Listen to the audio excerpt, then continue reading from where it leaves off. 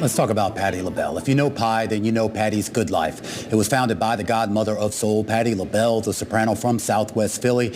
Still singing, still touring, but she's now developed a pretty large food business. It started as a small line of hot sauces 15 years ago and has now turned into a multi-million-dollar comfort food brand offering everything from pies to chicken to mac and cheese. I was able to sit down with her a little while ago to discuss how she got the inspiration for the recipes. Let's take a listen. From my mother and father recipes. And me and my partners, Charles and my son Zori and Alex, they did all the legwork and went into places, promoting my food. And they got a lot of yeses. Sometimes you get all no's. We got a few no's, but then the yeses outweigh the no's. Yeah. Were you surprised by the reception to it? Not just in terms of the stores that picked it up, but really the actual customers who ended up buying it. I was very surprised. Because I've always cooked, and that's why my partners, they all ate my food back in the day and said, this should be in the markets. This should be somewhere so people can purchase it so they can get the goodness that they've been getting all their lives. So when it did as well as it did, I was shocked. I was shocked, but I shouldn't have been because I knew it was great food.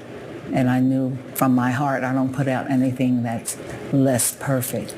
So I was surprised but happy, happily surprised, yes. You mentioned how you wanted to make sure that it was also affordable. Talk about that decision process. I mean, given your celebrity, given the quality of the food, particularly the pies, which I've tasted the pies, some of the other things I've yet to taste. Do you like them? But I love them. Okay. I love them. Okay. But given the quality and given your star power, I feel like you could have put any price tag on that and probably still sold out. I wouldn't have felt good in the heart.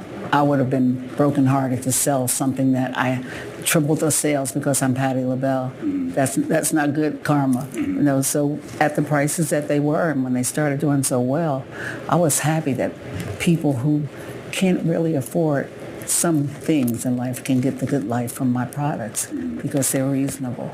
So after you finally started to make traction with some of these business, I mean, how long did it take before it really started to take off? We were blessed instantly, right away. Yeah.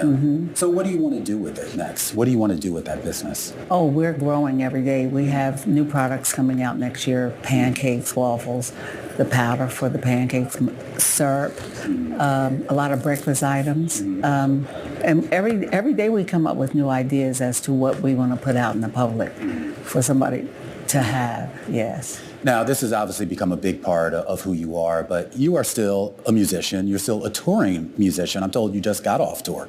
Yes, Sunday. Yeah. It was the end of our tour for 23. I never stopped touring. And the thing that makes me so happy is that in the venues, they're like sold out with no record in 20 years. So people are still coming to see the Soul Has Been who does not have a record out, you know? So I'm working on that this year, and next year it'll be out. But I'm just happy touring. I mean, I love to tour. Yeah, and you jokingly use the word has been, but as I'm sure you know, you're anything but that. I am not a has been. You have the fan base from back in the day, but you also have a new generation of folks, even though you haven't put out an album in 20 years, that have gravitated to your music, however they've discovered it through streaming or whatever here. I mean, how does that make you feel when you see a 20-year-old or even a 25-year-old say, oh my God, this is... I question them. I'll say, do you like me because your mother liked me? Or do you like me because you heard me and you said, I like her because I like her? Not because I meet a lot of young folks.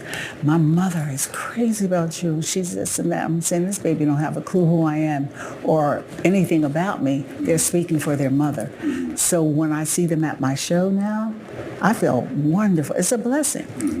And what do you think just about the changes, though, in the music industry? I mean, the way artists make money has changed a lot from, the 60s, 70s, 80s. The way they're doing it now, social media. See, I didn't have that when I was, you're with record labels. These kids have their own music, their own thoughts. They put it out themselves, and they make money. So it's a great thing about social media. The way it's given people a chance to sell their product, to sell them. So that's a great thing. And that was Patti LaBelle, a Grammy Award-winning singer. Of course, Katie, I mean, she goes all the way back to the 60s. Just a wonderful soul singer. It was a thrill to talk to her. But I'm always fascinated by people like this who kind of find these second acts in their career. Obviously, a food business that really kind of started off almost as a joke. And then she kind of had these recipes. And then there was a great viral moment a few years back where someone on YouTube or Instagram sort of tasted one of her pies. And all of a sudden, everybody was like, where can I get these Patti LaBelle pies? And now she's in Walmart, Target, everywhere else, and probably making more money off that now than she is touring.